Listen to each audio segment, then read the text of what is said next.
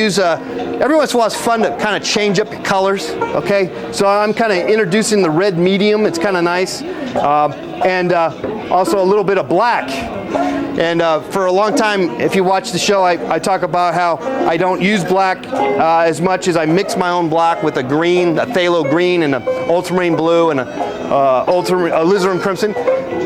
There's so many different varieties. It's like 31 flavors, but in the art world with paints and colors and different paint companies, there's a whole world full of stuff. Okay, so anyway, I put a bunch of black and red and different types of reds because I see some darkness there on that table. And it's nice with oil paints to go dark. I go a little bit darker, and then you can always come back in lighter, okay? Now I see we got this strange looking thing that one of the members here is playing with. I don't know what the heck it is, but I see it, and I'm gonna just get on and put it on there and power it in, and it becomes sort of a spontaneous combustion, how you sense what's going on here. And it's a quick, kind of a quick draw McGraw kind of activity we're going on here. And there's a little microphone. We got a little microphone there. Now I'm in the heat of the action, so I'm just going to go ahead and, even though that's this person's leather jacket is really not black, I'm going to make it black. I'm just going to work with my black brush. Just think of it as a pencil. Don't worry about the colors that you have. Worry about that color maybe potentially later.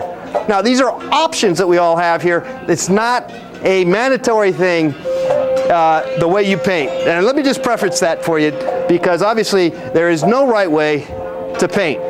Let me just tell you that one more time. There is not one correct way to paint. There are as many ways, as many as different types of people out there and different personalities. Okay, so anyway, I'm just gonna plow through. I feel that, I'm feeling that brush. Let's just kind of change paces here and just kind of sketch out maybe with this brush. Okay, now I always profess the large brush, but frankly, this painting is kind of teeny. It's kind of teeny, so you potentially can't really use this big brush except for just sort of the beginning stages. But every once in a while, keep that in mind. A big brush is kind of nice. Let's go ahead and bring back the chair, the red chair. All right, there's the red chair over there. Okay, and I know I have the mindset to get back in there and fix that color. Remember? Okay, there's the chair, and we're just blocking in. We talk about this all the time, blocking in with the colors, the shapes that you see. So there you go, put it in there, boom, boom, boom, okay? And then there's the other chair. Now that's not right, it's not necessarily exactly the way I'm seeing it, but I'm just getting the sense, the feel of what's going on. I got this guy's jeans and he's playing the Casio there. Let's get that real quickly, boom, boom, the jeans, but I gave him red jeans, that's okay. Don't get bogged down by your mistakes. Just go with the flow. Okay, we can always fix these things later. Okay, and here's his arms here, and I'm using the black. That's all right. He's got some silly hat. Looks like a chef's hat or some kind of hat that, some sort of like weird looking thing there. Okay, and there's the other gentleman here with the, now actually, by chance, see sometimes when you do this, when you go all over the board and you try different things, you sometimes, by chance, actually get the right color. And that's because you're going all over the place and you're just addressing, you know, whether you're seeing the whites, wherever the heck you're seeing anything. And it just helps, it helps you keep painting. If anything you learn on this show is that you just gotta keep on trucking, okay? Keep on trucking on. Okay, let's go back to that leather jacket, that Wild Bill, Wild West jacket with the little frizzle. Let's power it in with some yellow ochre. Okay. And then here's a little arm. And again, suggestion. Suggestion, that's what we want, okay? And that will help out in the entire process of what's going on, is a suggestion. Don't feel you need to get it all done all at once, all correct. Don't feel like you need to do that. I know it's hard not to. It's hard not to feel like you. I do that. Look, I might be telling you all this as if I'm some expert. I have the same problem too. I really do. Okay, so Let's work that skin. He's got the skin here. So, wow, let's spend like a minute on that skin. As long as my scattered brain will stay with this skin section over here.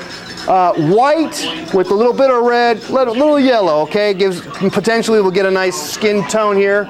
Okay, and it's okay if it's too dark. As we mentioned with the oil paints, it's okay with that. In fact, it's probably better to go dark. Okay. All right, there he is. Got the skin thing going on there. There's another. Get this head in there. Let's get this head. Get it more of a red, darker skin face complexion. And again, let's go a little dark. And then there's another head over here. Now let's see if we can fit this guy on this gentleman on the bottom here in the bottom section. Let's just kind of cheat. We're going to cheat him in. He's busy working the synthesizer sound. Let's get his angle in here. And he's got kind of a whiter complexion, more pink tones. And apparently this guy's straight out of Winnipeg.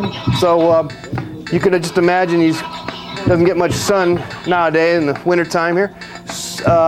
Okay, so there's the pinkish kind of face, a little arm. Okay. All right. Let's see, little red, black shirt, black hair. Alizarin crimson, ultramarine blue. Power that baby in. And don't be afraid. A tendency is when you start out painting, you're afraid of getting a certain amount of paint on your brush. You're a little ginger. You're a little delicate. It's okay. Whatever floats your boat. But what we like to do here, we like to get some paint on the canvas, and we like to get kind of sculptural almost with the paint. We like to get kind of thick and gooey. Okay, and things happen within the paint when we do that. You can get some fun things out of that process. And you get fun things the other way too. There's, again, no right way of doing anything. Oh my. Okay, let's get this shirt.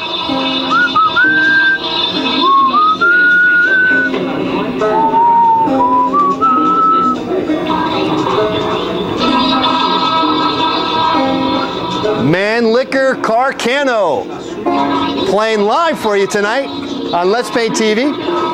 If you just catching the show by chance, you're seeing a live taping of Let's Paint TV. I'm your host, John Kilduff, and we have Mannlicher Carcano. And if you look at the way it's pronounced, the way it looks, you can see that it's not really easy to pronounce if you see it that way. But I have the cheat sheet so I can pronounce it correctly. Mannlicher Carcano. Okay, live. Okay, let's put in the blue curtain. Let's work that. Okay. Now here's a good opportunity. You see all this area here. There's a lot of yellow ochre, and basically there's a lot of blue back there. So, well, what should we do? We can. One of our best friends is the paper towel. The paper towel to wipe away. Okay, so and this is a great thing to have to wipe away. So here we go. Wipe away. And we're not going to get rid of exactly everything. Let's not feel that we have to get rid of everything. The whole idea here is just to get rid of some of it so that when we come in with the blue is not going to be mixing so much with that yellow, okay? So we just wipe a little bit away. It's not, you don't have to do that. It just makes it a lot easier. You don't have to maybe put so much blue down, okay? And since, see, sometimes it happens. Mistakes do happen. That yellow ochre got on there. Let's try to, maybe we can save a little bit. Don't worry about it. Now it's time to maybe clean this brush. That's what we got to do. Clean the brush. Paper towels, our best friend. And here we go. Just kind of wipe away. Don't